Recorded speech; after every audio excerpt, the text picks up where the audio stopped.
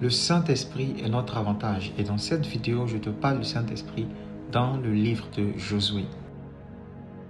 Après la mort de Moïse, l'Éternel confie la lourde charge de conduire le peuple d'Israël vers la terre promise à Josué, serviteur de Moïse, chose qu'il va d'ailleurs réussir avec brio. Cependant, lorsque Josué et le peuple d'Israël arrivent devant la ville de Jéricho, ils vont rencontrer un obstacle. La Bible dit que cette ville était barricadée, connue par ses grandes murailles, et personne n'entrait et personne ne sortait de Jéricho.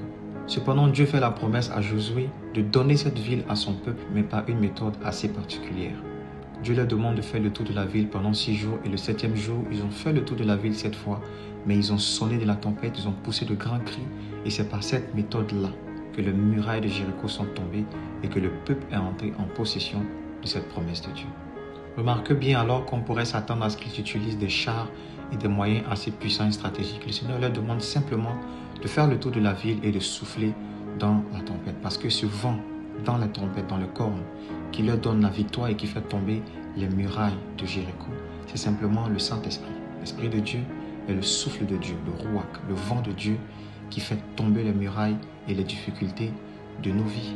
D'ailleurs, pourquoi la Bible pouvait dire ce n'est pas par la force, ce n'est pas par la puissance, ce n'est pas par toutes ces méthodes conventionnelles, mais c'est par l'Esprit de Dieu que les montagnes sont ébranlées. Le Saint-Esprit, le souffle de Dieu, est la méthode de Dieu pour faire tomber les murailles et les difficultés de nos vies. C'est par le souffle de Dieu que la mer Rouge s'est dressée comme une muraille de part et d'autre et les enfants d'Israël sont entrés passés à pays sec. Et c'est aussi par le souffle de Dieu que les murs de Jéricho se sont abaissés et tombés comme des eaux devant le peuple d'Israël. Je veux te rappeler en cette fin d'année que le moyen par lequel tu peux avoir des victoires, le moyen par lequel tes difficultés s'arrêtent, la méthode par laquelle tu entres en possession des promesses de Dieu pour cette nouvelle année, c'est simplement par le Saint-Esprit, parce que le Saint-Esprit est l'esprit de la percée.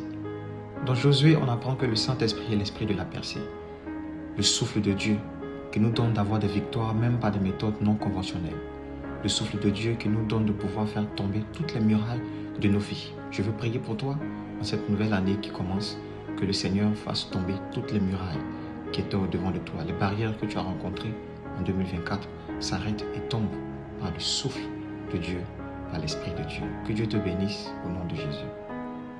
Si tu es béni par cette vidéo et que tu aimes le Saint-Esprit comme moi, écris en commentaire « Merci Saint-Esprit ».